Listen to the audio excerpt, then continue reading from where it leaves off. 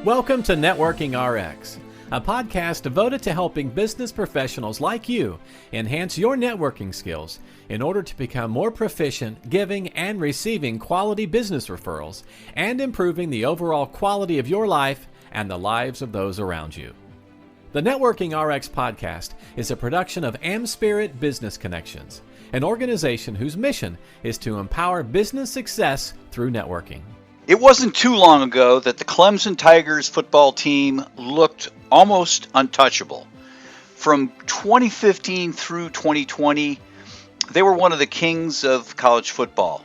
National championships, playoff appearances, NFL talent everywhere.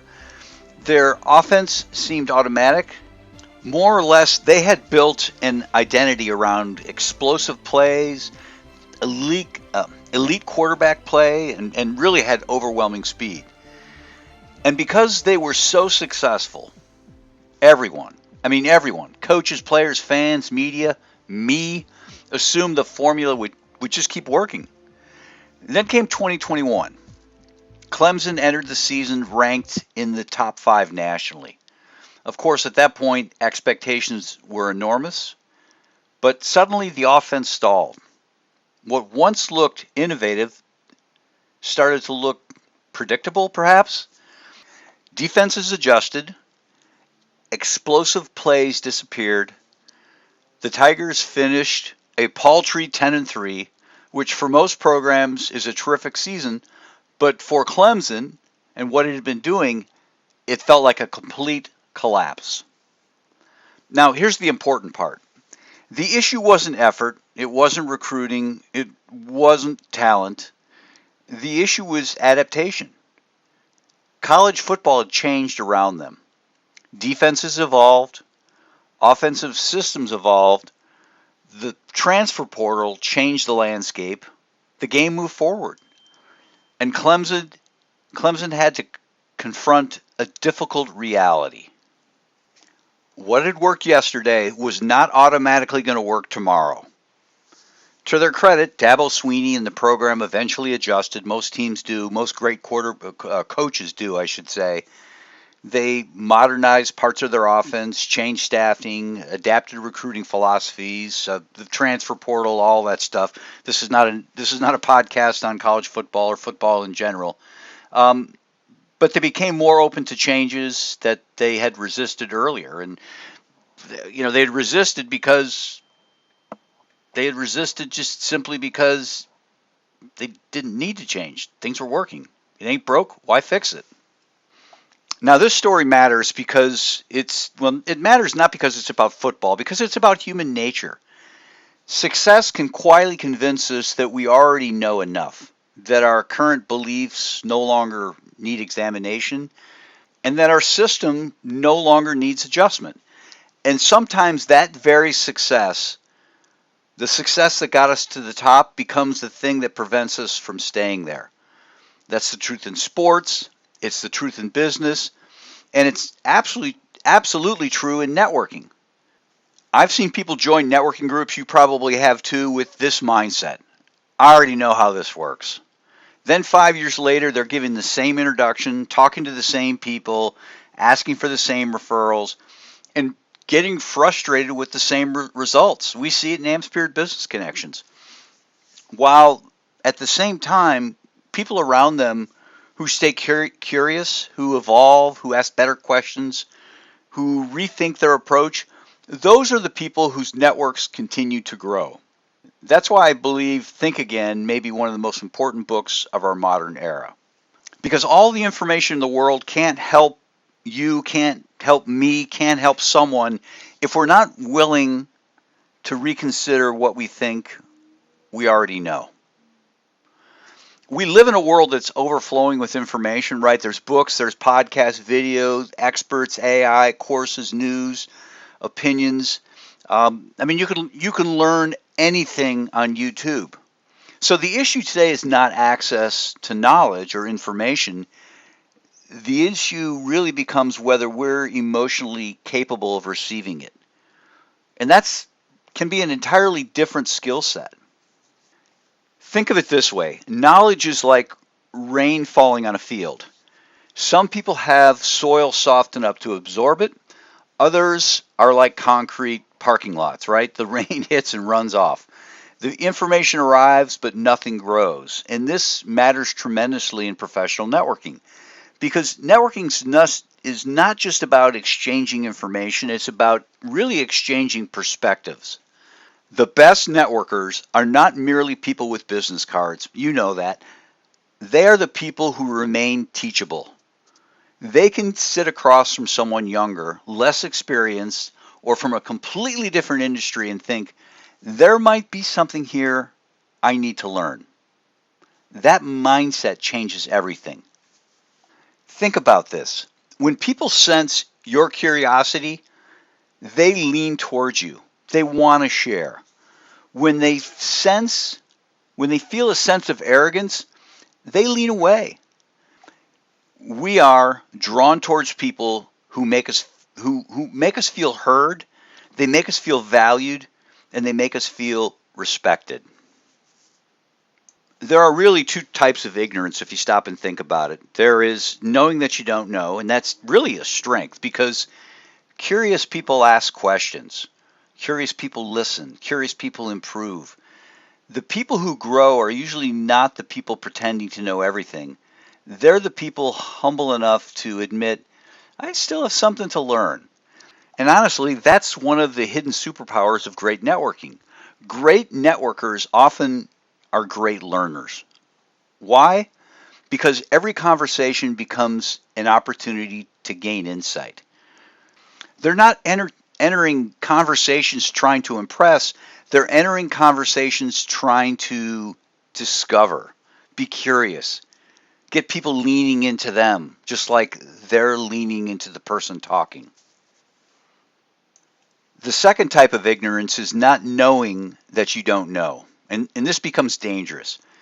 This is the business owner who refuses feedback, the networker who says, I already know how to do this, the leader who thinks the problem is always someone else. This is a weakness disguised as confidence.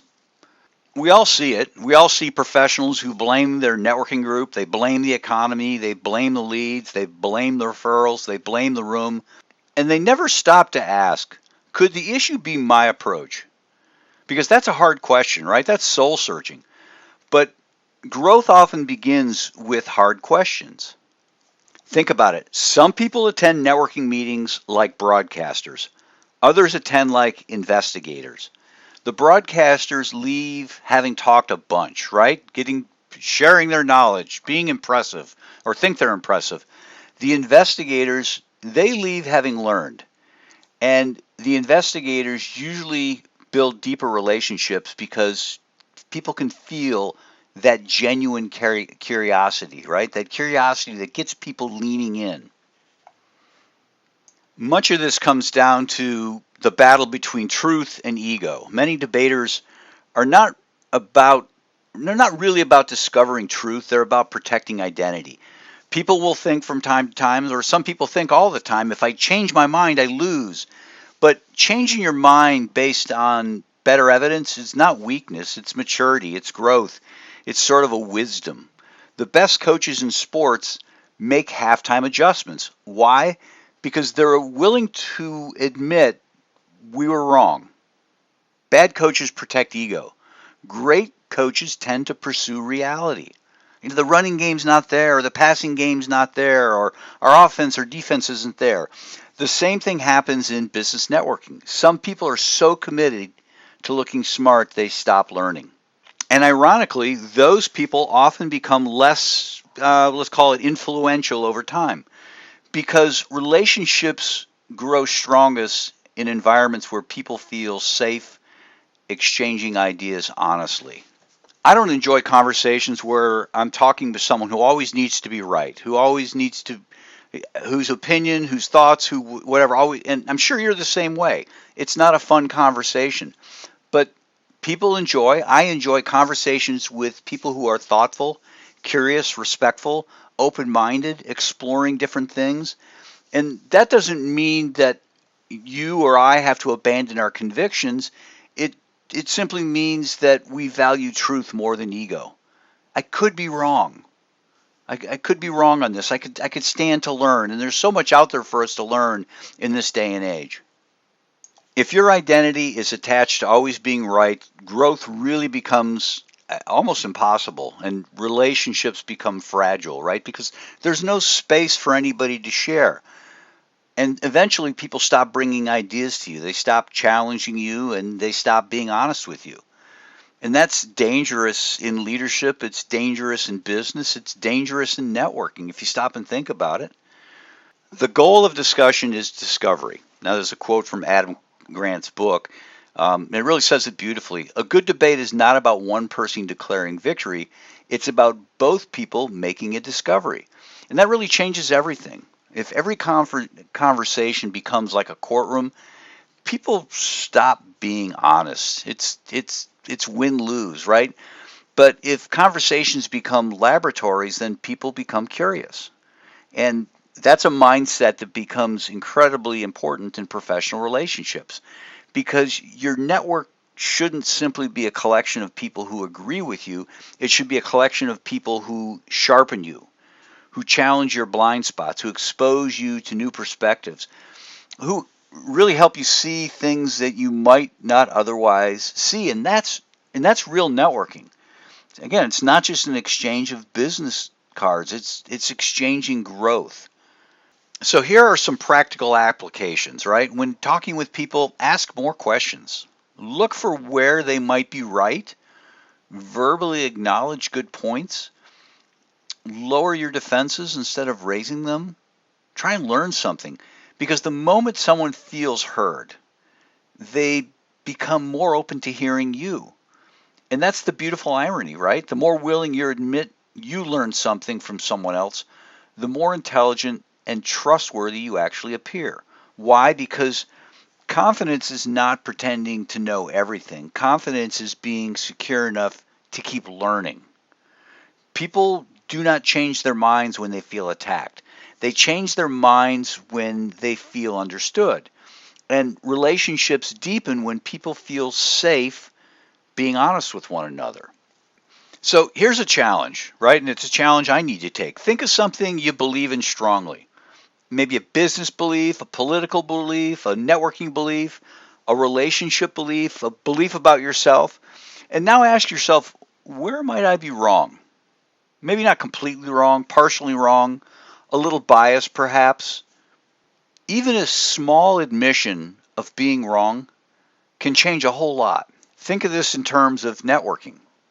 Maybe you think networking doesn't work. If you're listening to this, you probably do. But it might not work in this situation or that situation. Referrals are random. Younger professionals are disengaged. Social media is pointless. Your industry's different. Your chapter is the problem. Your whatever. Or people simply don't understand what you do. Okay, maybe some of it is true, but where might it be slightly wrong?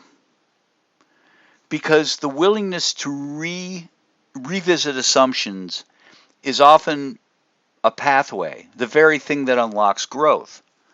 Again, small things matter. A ship that changes course by only a couple degrees can end up in an entirely different destination across the ocean.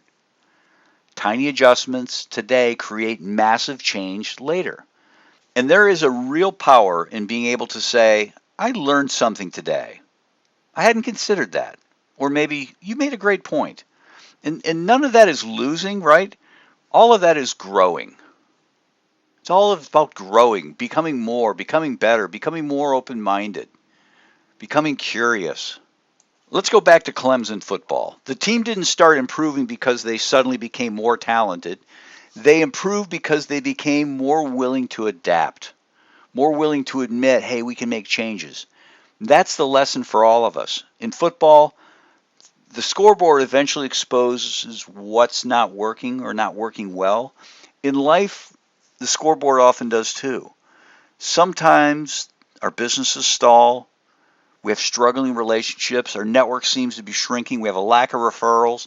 There's just this recurring frustration.